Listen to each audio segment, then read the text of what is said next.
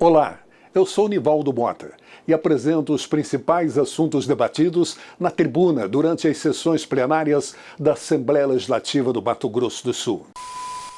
O deputado Barbosinha repercute a audiência pública que debateu o aumento à composição da fatura de energia elétrica.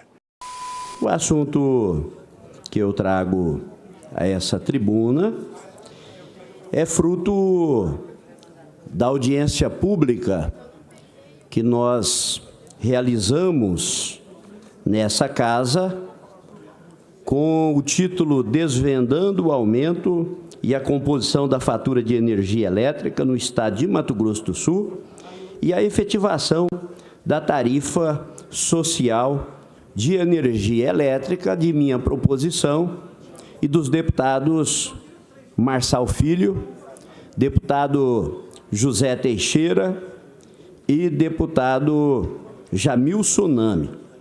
Nós tivemos oportunidade aqui, antes de ontem, de, por mais de 3 horas, acompanhado do presidente da Energisa, o senhor Marcelo Vinhais Monteiro, da representação da superintendência do PROCON, a senhora Patrícia Amara, da presença da doutora Rosimeire Cecília da Costa, presidente do Conselho de Consumidores de Energia Elétrica de Mato Grosso do Sul e diretora-geral do PROCON de Campo Grande, que nos brindou com uma excelente palestra e o seu conhecimento na área de energia, principalmente porque faz parte do Conselho da ANEEL, que promove a revisão tarifária. Presença da Câmara de Vereadores de Campo Grande, representado pelos vereadores Valdir Gomes e pelo doutor Lívio, representação da SEDASH, através do senhor Adriano Chadid, do Ministério Público, na figura do promotor doutor Haroldo, da Defensora Pública de Dourados, a quem representou a Defensoria, a doutora Marisa Fátima Gonçalves, também um especialista nesta área, principalmente na questão da tarifa social. Tivemos o Inmetro também, representado aqui pelo doutor Rodrigo Martinez Silva, o senhor Valdir Custódio, subsecretário de Proteção e Defesa do Consumidor, o senhor Laírcio Rui Palermo, representando a Associação de Defesa dos Consumidores do Mato Grosso do Sul, representação aqui em todas as áreas, num debate extremamente proveitoso para compreendermos. E o papel desta Casa Legislativa é exatamente esse: analisar as explicações e, pelos dados e pelas informações, aquilatar se essas explicações da empresa Energisa, que desde o início vem dizendo que a reclamação de expressiva parcela da população se deve às altas taxas de temperaturas ocorridas no mês de dezembro e de janeiro, ou se existem outras informações a demandar uma investigação mais profunda com a instalação de CPI. Desde o início, essas reuniões têm sido proveitosas. O deputado Marçal Filho, em conjunto com o deputado Pedro Kemp, inaugurou essas reuniões aqui na Casa Legislativa, onde das informações nós pudemos, por exemplo, aquilatar que 170 mil consumidores, aliás, 170 mil famílias de consumidores sul-mato-grossenses que têm direito à tarifa social, não utilizam dessa tarifa, que dá desconto de até 65%, por absoluto desconhecimento.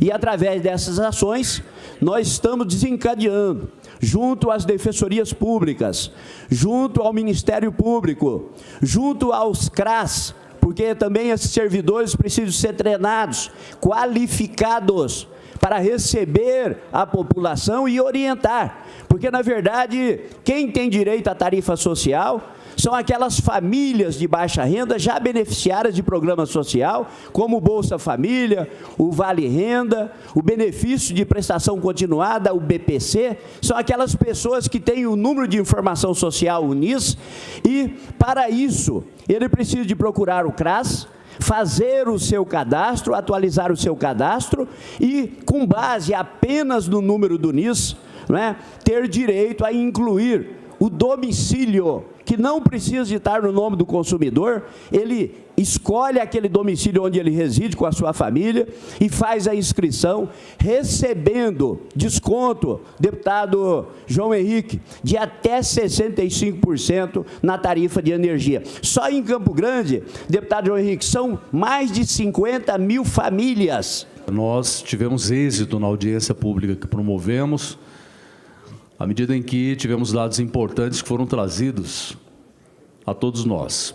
Eu tive a oportunidade de conversar hoje de manhã, aqui na sala da presidência da Assembleia, com o diretor-presidente da ANEEL, Agência Nacional de Energia Elétrica. Primeiro, tivemos uma boa notícia em relação à vinda de técnicos para cá, porque nós, na audiência pública, nos ressentimos da não presença da ANEEL aqui, que poderia trazer dados objetivos para a gente, técnicos, como a Vossa Excelência mencionou. Infelizmente, nós não tínhamos.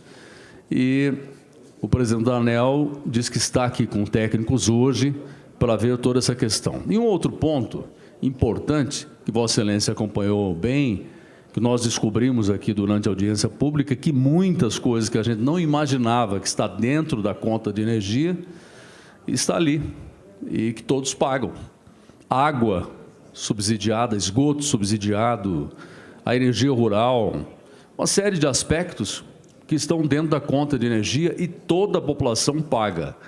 A população inteira paga, às vezes, para beneficiar só determinados grupos. Então, é bom salientar que nenhum de nós, em sã consciência, será contra qualquer programa social, qualquer subsídio. Agora, o governo federal tem que achar uma forma de arcar isso com o dinheiro do Tesouro, que é de todos, não fazer com que os consumidores de energia paguem por isso. E o que o diretor-presidente da ANEEL me disse hoje, quando eu indaguei em relação a esse decreto que existe, que está em vigor, que foi editado pelo presidente Michel Temer, para que em 5 anos haja total desoneração da conta de energia elétrica, e que havia uma preocupação de que o presidente Bolsonaro poderia sustar os efeitos desse decreto ou revogá-lo, ele me garantiu que a interlocução com o presidente está sendo muito boa e que vai continuar isso, e há uma previsão de que daqui a 5 anos, gradativamente, se desonere a conta de energia, e aí nós vamos pagar uma conta de energia daquilo que consumimos, que é o que é justo. Eu concedo uma parte ao deputado professor Rinaldo, com maior satisfação.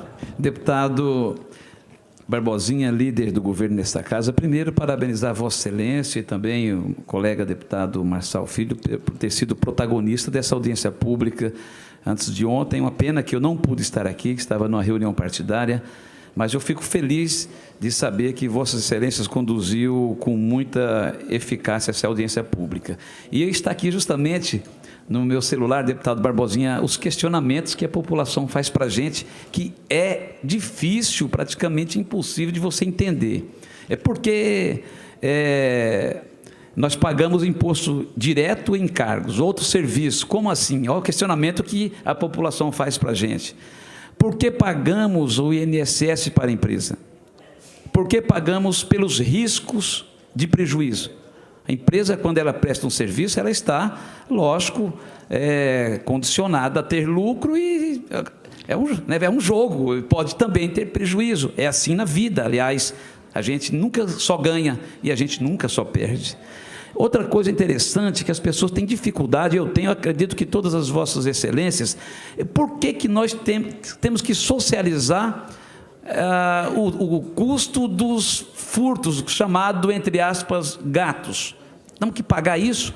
Vamos pagar pela ilicitude daqueles que não cumpriram com o seu papel? Esses são questionamentos que são difíceis da gente entender.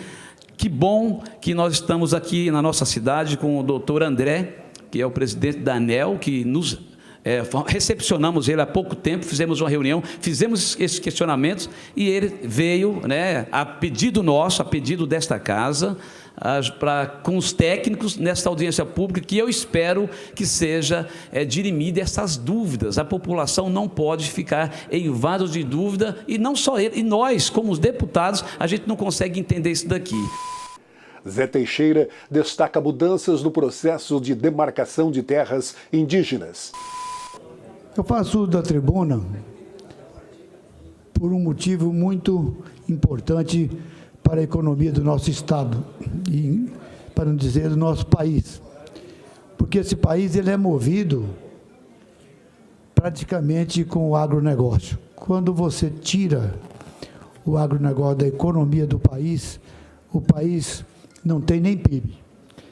Então, ontem eu estava assistindo um vídeo de um diretor de assuntos fundiários, nomeado pelo presidente Bolsonaro, uma pessoa muito querida, amigo, que é o senhor Naban, lá de Presidente Prudente.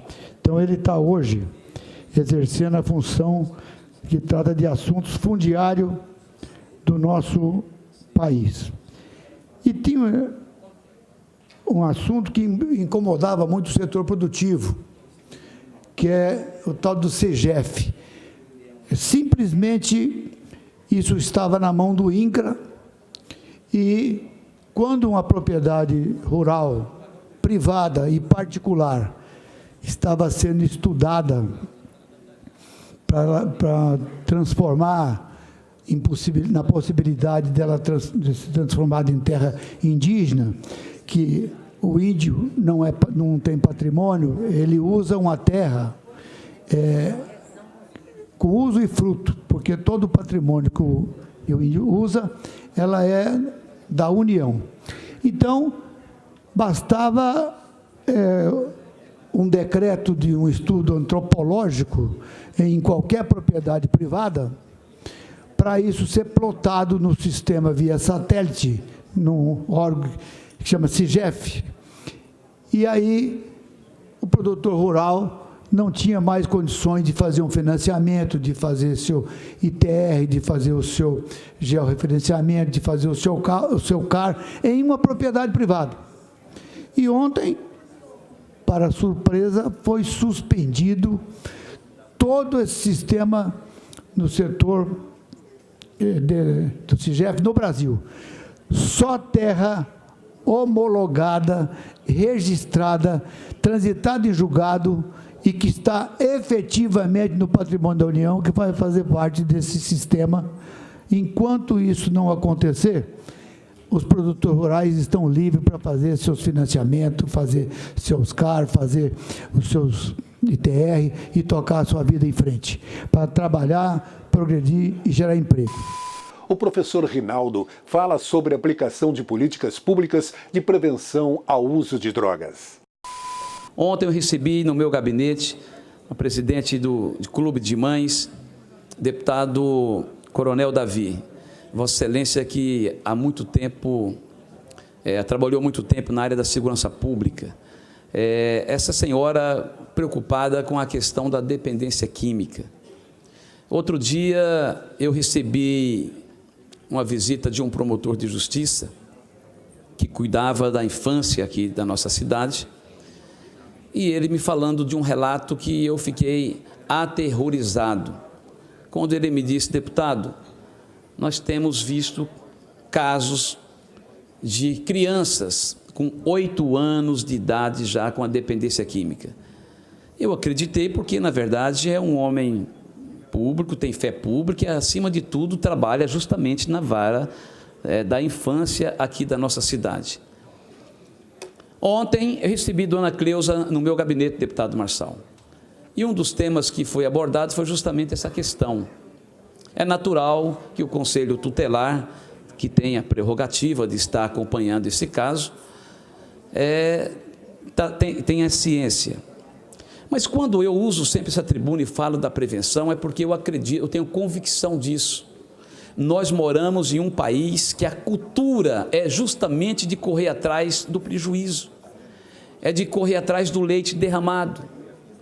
E nós temos que aprender, temos que inculcar na cabeça das nossas crianças cada vez mais cedo de que prevenção é a melhor saída em todas as áreas da nossa sociedade, quer seja na saúde, quer seja na área da educação, quer seja na área do meio ambiente, em todas as áreas.